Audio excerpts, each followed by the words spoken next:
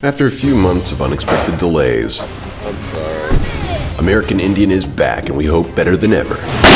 Today, our favorite source of Western baked goods in Delhi, Red Moon Bakery, issues us a challenge. Today's challenge, you need to take traditional Indian sweet and reinterpret it in Western fashion. Can you make a fusion food that can land on our menu? So today on American Indian, we kick off festival season with something sweet, I've had too many. You're gonna have to drive me home. something salty, Dude, we haven't even started the challenge yet and you've already thrown him under the bus? something incendiary, I don't have words for what I just experienced. and everything fusion in this East meets West, Dad versus Daughter, Son versus Mother, Red Moon Diwali Challenge, special edition of American Indian. We're an American family living in India. We love food, film, language, culture, and making new friends. Join our adventures from America to India and beyond. We met Dave and Anna Hamley this year when we realized we were neighbors. Their reputation preceded them as they are the ones behind Red Moon Bakery, our favorite source of cupcakes, cookies, and other baked goodies here in Delhi. We came to India about 13 years ago for the first time, and then we spent a couple of years looking at doing a business, did some market research, and then we just decided that let's do this. And so 8 years ago we set up the business on paper, and then 7 years ago we opened the bakery. Because as much as I love Indian sweets, every now and then I get a bit homesick and I find myself wanting some cake or some brownies or a piece of banana bread, and Red Moon delivers.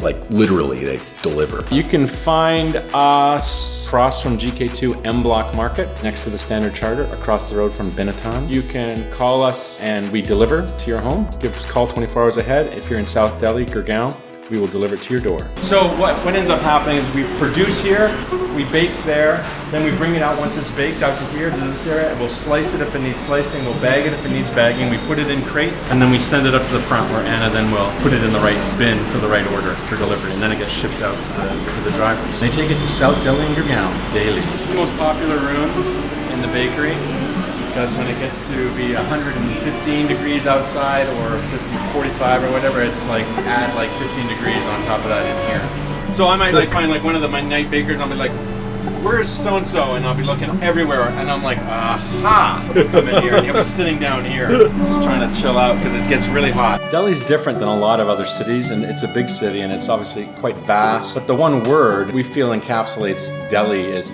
survival. I love it. We're here. We've been here 10 years, 11 years almost. I'd say the most beautiful thing that I've seen, and it's hard to explain, but it's easy to explain, but it's hard to explain why it was beautiful to me.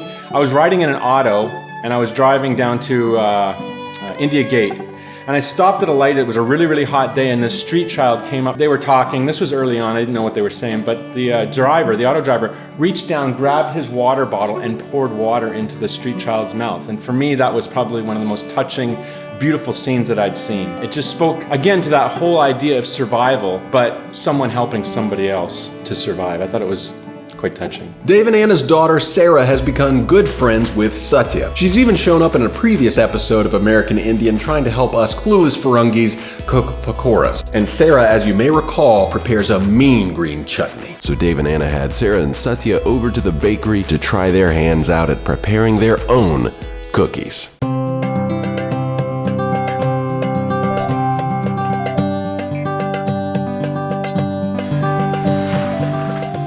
Alright. Yeah. 9 minutes, we'll have sugar cookies for decorating. Yeah.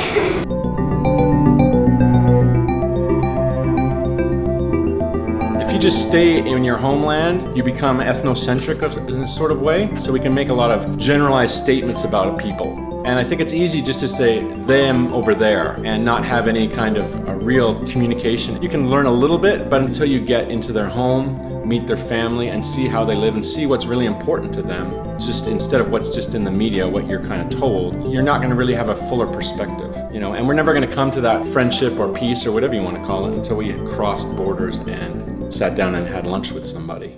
The thing about verbal cross-cultural communication is that it tends to be pretty difficult.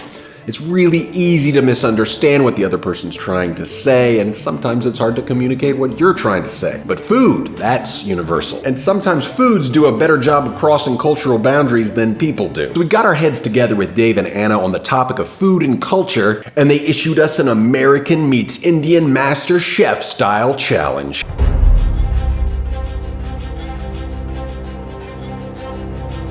Today's challenge, you need to take traditional Indian sweet and reinterpret it in Western fashion. So today you'll be in 2 teams. And since we're very mature here, it's going to be boys versus girls. So which of you has what it takes to create a new product that's going to be fit for our menu? Will it be father and son or mother and daughter?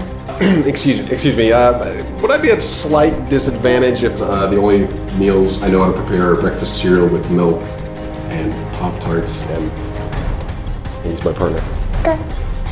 Dude, we haven't even started the challenge yet and you've already thrown him under the bus. Excuses are for losers. So I hope the challenge is clear to all of you and you know what you have to do. Prepare us something delicious. And normally we would give a time limit to proper chefs, but since your specialty is Pop-Tarts, it's clear you're going to need more time. Take as much time as you need and we'll be waiting to taste your dish. Off you go. But to find out what fusion food baked goodies we came up with, I'm a little skeptical on Ford's knife skills. I don't Knife think skills? I think that's his biggest problem. I don't know, he's got lots of problems. But you're gonna have to tune in on Monday to find out. You forgot your idea already? you will be tried.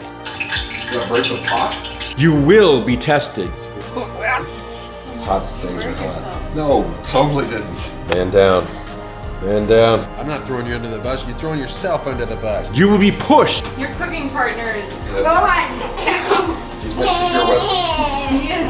Go get it. To the outer limits of your culinary creativity. The American Indian Fusion Food Challenge heats up on Monday in our continuing Diwali special edition of American Indian. Please like, comment, and subscribe to our channel if you're really liking what you're seeing. Click here to support the show. We're trying something new with this episode, which will serve as a template for how future episodes will work. Every month from now on, we will be releasing one episode, which we'll be uploading in 3 parts to YouTube. Supporters of the show will get priority access to that entire episode without breaks and without ads. And also we'll have access to some other goodies if you'd like to learn more. Again, click here. Thanks for watching, and remember, until Monday, keep it creative, keep it cross-cultural, and keep it constructive, YouTube. Thank you very much.